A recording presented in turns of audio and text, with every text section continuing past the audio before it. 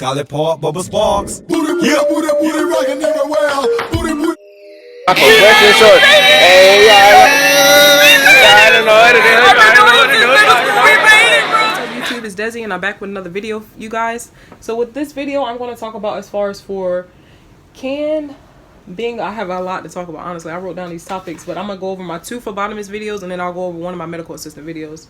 So this video is going to talk about phlebotomist burnout. Basically, can being a phlebotomist become tiring? Also, like the physical body work, how does that work? So anytime I give you guys advice as far as for phlebotomy, it's always coming from when I was a phlebotomist at a plasma center.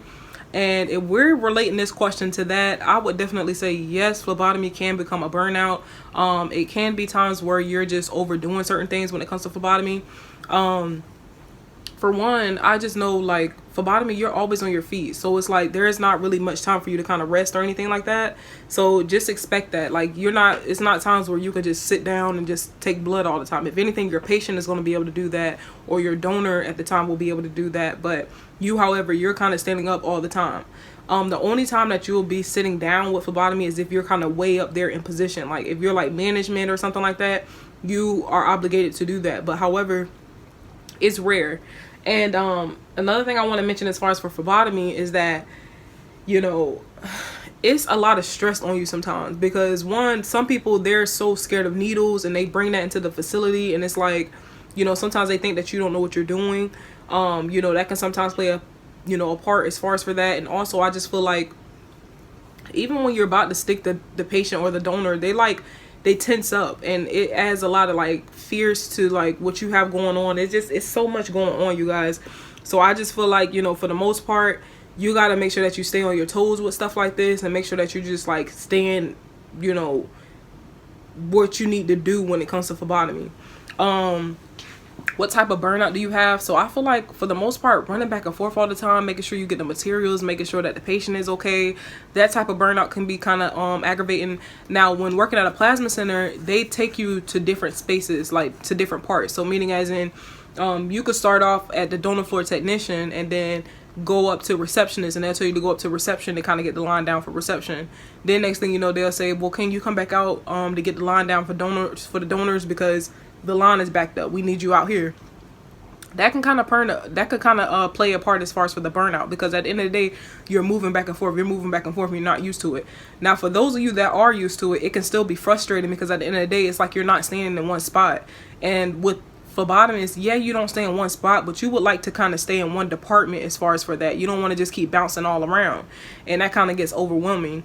Also, dealing with these donors and patients sometimes are overwhelming as well too, because sometimes they'll be talking to you, trying to tell you how to do your job. Like, no, don't stick me there, stick me right here, this is where everybody goes at, you know. And you just sometimes be thinking like, I got this, like, you know, I know what I'm doing. And even though that person sticks you right there, that doesn't mean that I have to stick you right there. I am so tired of this phone, y'all just don't know.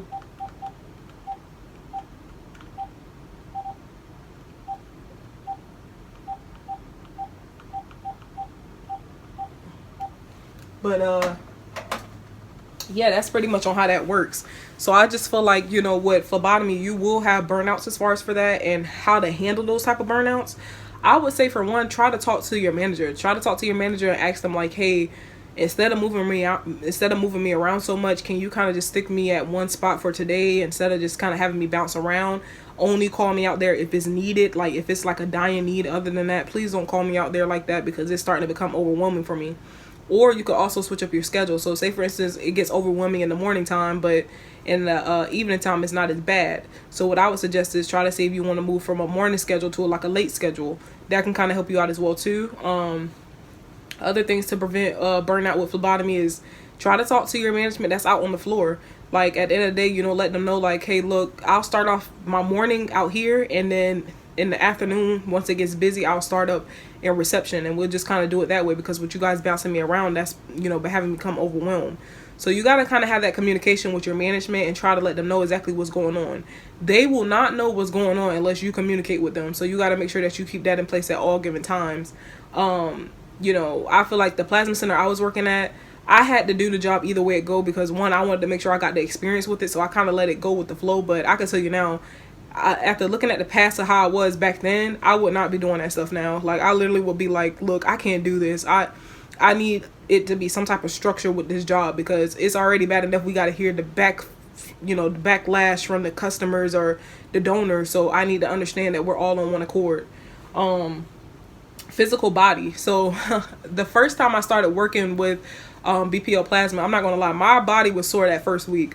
You are actually like handling like more than 100 patients a day, like 100 donors a day. So at the end of the day, you know, you got to be on your P's and Q's with stuff like that. I just feel like at the end of the day, you just got to kind of know the ins and outs of how to do certain things, and you know how that stuff is going to work. So hopefully that can kind of help you out. But at the end of the day, I just feel like you know, it has its pros and its cons with stuff like that. So that's why I was like, you know, I look at stuff that way. But in the meantime, don't forget to comment down below and let me know what you guys think about this video.